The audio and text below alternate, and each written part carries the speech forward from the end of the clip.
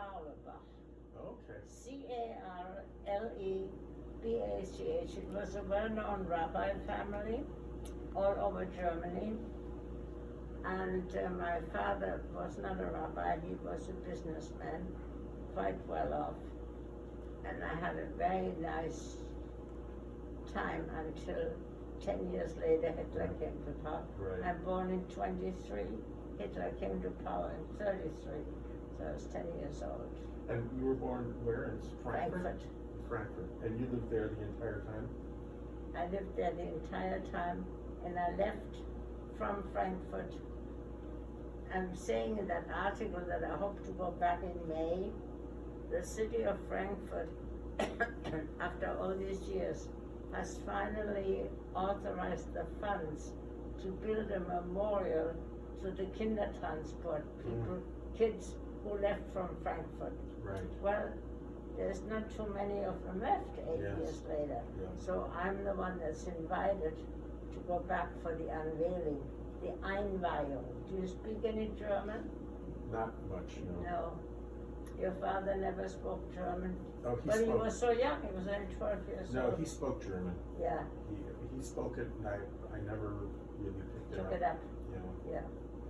He would speak with my grandparents. He would speak German.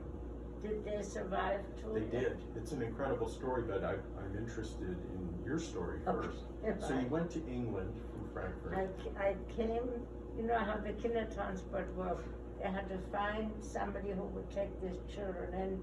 Government, British, didn't want to take the expense. And the young couple who took me in Coventry, they were just barely married. They didn't have a dime.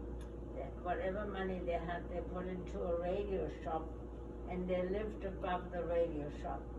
And while they saved the life of this child, namely me, they also needed help. They were expecting a baby, they had a radio shop, they needed help in the house. And 10 years later, when I took my husband to show them, they told him how unhappy I had made them because I was complaining non-stop. I didn't want, you know, I came from a fairly well-to-do home. I had never done housework, certainly never looked after a baby. I didn't like it. I wanted to go to school, instead of which, God bless them, they arranged their upbringing, fixed it that I'm a functioning person who could make a living and stand on my own feet. So that was as good as an education. But I didn't know that at the time. You know, when you're young. Right. So you were there from 38? I was there from March 39. Okay. And then war broke out in September. Right. Coventry was badly bombed. Right. It was an industrial town. So they wanted to go back Cardiff, where they came from. Right. And I didn't want to go with them. I wanted to learn something. There was another couple that we met, not Jewish. She was teaching shorthand and typing. And now that I'm such an experienced cleaner of houses and making of beds, I went to live with her, and in return for my help in the house, she taught me shorthand and typing. And while the shorthand didn't amount to much, the typing made a living my entire life for me. Now, was the first family who took you in England, were they Jewish? Yes, they were. They were a young Jewish couple. I came in March, and on August 1, their baby was born. Okay. This baby, since Jimmy and I never had children, became my only baby. Yeah. He's now 82 years old. Wow. Talks to me every month or so. I've seen him over the years a number of times. My baby. Still lives in Germany. I mean, in England. In England. Yes. He's English, he's Jewish. He was married twice. But he's very devoted to me. He really. Oh yeah, absolutely. That's really While nice. my husband was alive, we invited him and his, at that time, wife, and we've been over there, and we've kept in touch this whole time. That's terrific. So when you went to Cardiff, I lived in Coventry. oh, Coventry, They right. went to Cardiff. Oh, I right, stayed right. in Coventry Oh, I'm sorry, okay. with another couple who taught me shorthand and Right. typing. Now the war is about to be over. And, you know, in England, it's a small country. The Los Angeles Times just covers this area. Right. The London papers cover the whole country because it's a small country. And there was a job offered in London for a secretary to the corporate secretary. It was called Corey Limited. They made something like aspirants. Mm-hmm. They were looking for a secretary. Foreign language is an asset. Well, made for me. Right. So I wrote them, and I guess they got a lot of replies. When they told me to come for an interview, I had to get on a train. Never been on a train from Coventry to England. When I got there, they were so amazed. Here's this young woman applying for a job. She's living 90 miles. 90 miles in those days A long way. was a long way. People didn't have cars. Yes. They gave me the job. Well, I wasn't up to the job because secretary to the corporate secretary, every word had to be just so. It's not like you're saying, sorry, your shoes are going to be a week late. Yes. You can say anything. I wasn't up to it. My shorthand wasn't good enough. He was very nice, that Mr. Swinton, my boss, and he told me, I'm not going to fire you because where are you going to go? But would you please find someplace else to go? This is now right after the war, and Germany is divided into 4 parts of occupation. Right. My good fortune, Frankfurt falls under the American occupation. Mm-hmm. So I went to the American Embassy in London. That's my dryer. 4 times you hear that.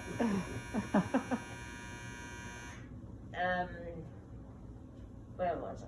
You went to the American When Embassy. the American Embassy, they were advertising that they wanted help to run their zone of occupation. Mm-hmm. You had to be no Nazi and you had to be able to speak German. Right. So what did they get? A lot of German Jewish refugees.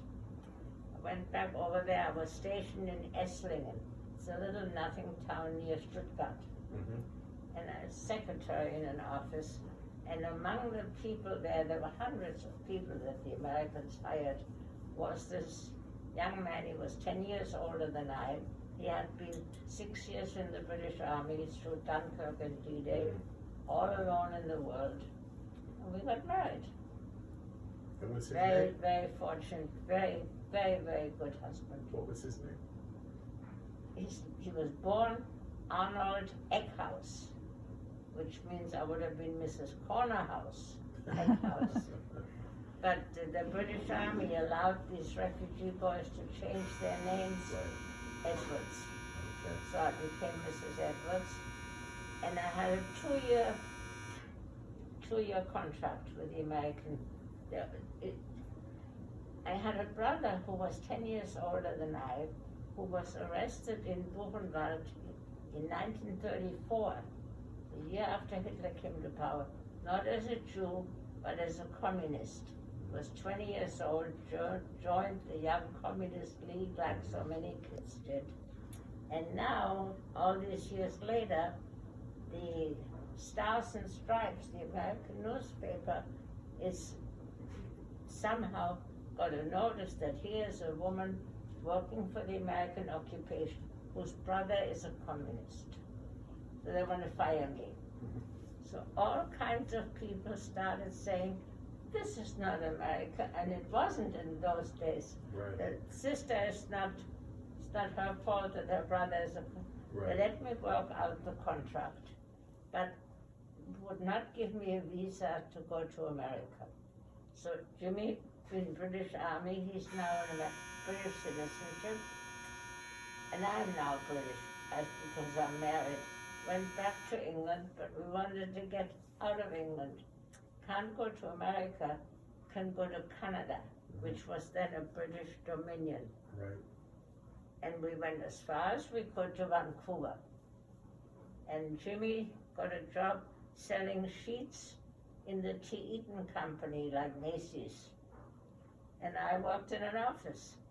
And then 4 years later, we applied again for a visa. And 4 years later, they did let us in. So in 1952, Jimmy had a cousin in San Francisco. We went to San Francisco in March. Cold, gray, raining. This is California. Thank you. No, thank you. Went down to Los Angeles. We didn't know a soul, but we were young. Right. And Jimmy got a job. First, he got a job in a stockbroker's office and discovered very good. He's not a salesman. He has no push. By Jimmy turned out to be a very good public accountant working with figures, but he couldn't sell. And I got a job in an office, and we bought a little house. You know, in those days, little houses were springing up in the suburbs of Los Angeles. Right. $11,000, $10,000. Right. Bought a house and slowly Where did you buy worked the our house? way up. Where was the house? In North Hollywood. Okay. On, Yeah. you know, I can't think of the name now of the street. I know it's 12,800. Can't remember the name of the street. It was a brand new house being built. And then a few years later, they were building houses in Northridge, a little bigger. Mm-hmm. So we sold the first one and moved to Northridge and lived there for 18 years. And I worked for a company called Hollytex Carpet Mills. They were putting the carpets into this new subdivision called Leisure Village. Mm. And my boss, who was Jewish, said to me, Lee, I want you to go out to Camarillo. You're the right kind of yenta for Leisure Village. You talk non-stop, and that's just what they need down there because it's new. They haven't. Okay, we went out there. On the spot, we bought this house. It wasn't built yet. Right. For $103,000. This Wow. house. Wow. And never looked back. Jimmy, my husband, he was 10 years older. He was 65. I was 55. Right. He retired, but he didn't retire for long because once he lived here, you're a public accountant, would you do my taxes? Mm-hmm. So he had a little tax practice. So now, when you went to England, you didn't speak English, did you? A little. Oh, okay. In school, in Europe, you learn languages, and Right. I learned a little English. But Okay. at age 15, it doesn't take long. Right, right. Yeah. But you took a train to get to England, correct, from Frankfurt?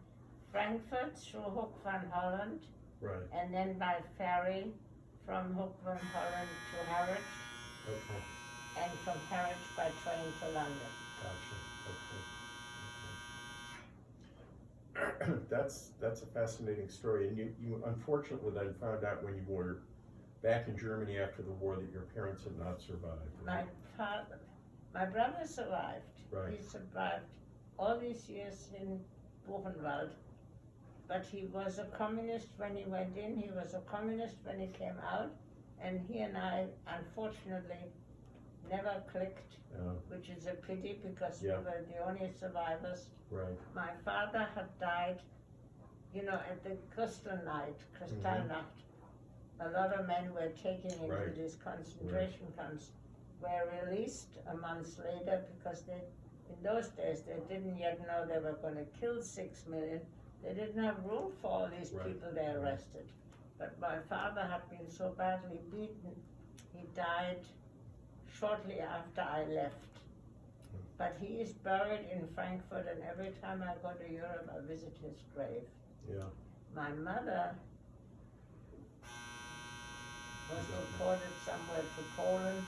I got a Red Cross card saying, Im Osten verschollen, vanished in the East. Mm.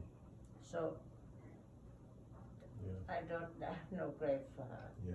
My brother married, stayed in Germany, We invited him once when we were still living in North Hollywood. And you know, there's a beautiful ride down from Oxnard to Los Angeles along the coast. And I could see Jimmy and I sitting in the car, my brother in the back seat, and my husband said to him, "Don't you think this is as beautiful as anything in Europe?" And he says, "It's America. I love in any part of America." So how many times have you been back to Germany? Many times, because when my husband was still alive, okay, so my brother married and had a daughter. And we became very good friends with our daughter. She wanted no part of her father's communism. She got married to a Peruvian. He was studying medicine in Germany, but was from Peru. And she became pregnant, so they got married. Lena, my brother's granddaughter, is really the only relative I have. She's 32 years old, married with a 2-year-old baby in Frankfurt. And as long as my husband was alive, we would go to Europe for vacation. Right. We'd always go via Frankfurt to visit this only family we had. Right. Now, I've had she's seen what is now her husband visited here. A few years ago when I was still, now it's hard for me to travel. Sure. Don't walk so well. Sure. But a few years ago, Leisure Village arranged for a trip with a tour company called Colette to Switzerland and Austria. And do you know Mumtan Hemu Kale? An Indian-American couple. They're very good friends of mine. They live in Village 22. They and I, and the secretary in my doctor's office, we joined this group to go to 4 days Switzerland, 4 days Austria. It was a 10-day tour, you know, between flying and whatnot. Sure. And I invited Lena for the 4 days we were in Switzerland. So these friends of mine here know Lena. And she's an ambitious girl. She studied psychologist. Wants to be a psychologist. And now she's having the baby. Yeah. What was your question? No, that was it. Yeah. Just that you've been to Germany. Yeah, so now this unveiling of this Kindertransport is at the end of May. Would I come? Well, I said, number one, if I have the vaccine by then and we can fly, Right. and number two, if I'm up to it physically. So maybe. I hope you make it.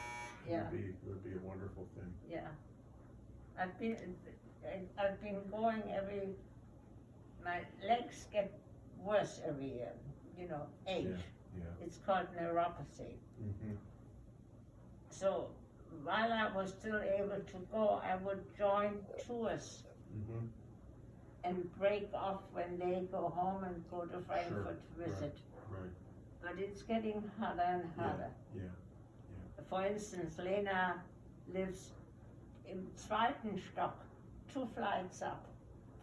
I have a hell of a time getting up those 2 flights there. There's no such thing as an elevator. Right. So Eva, you can stop. So have you told your story to the Shoah Foundation? I'm sorry? The Shoah Foundation? Yes. The Shoah Foundation came here and interviewed me and sent me the tape, and it was garbled. Oh, really? Yeah, the first half hour was all right, and then it was garbled. Send it back, and they send it again, and a friend of mine said, let me try and see if it's over. And I've never seen it back. Oh. I could call and, I mean, I know who she is. Yeah. I should call and ask her Yeah. what happened to it. But that was the show. The Shoah Foundation has, I don't know how many millions. Yeah. My Yeah. dad, I arranged for my father. And you'll probably have family that And my would be uncle. interested. You have children. Oh, yes, Mhm. absolutely. So they would be interested. For me, it's really nobody. So Yeah. while I did it because I felt it was the thing to It's do, important. as long as it was garbled, I didn't try anymore. I think you can stop off. All right, I'll Let me stop. tell you a little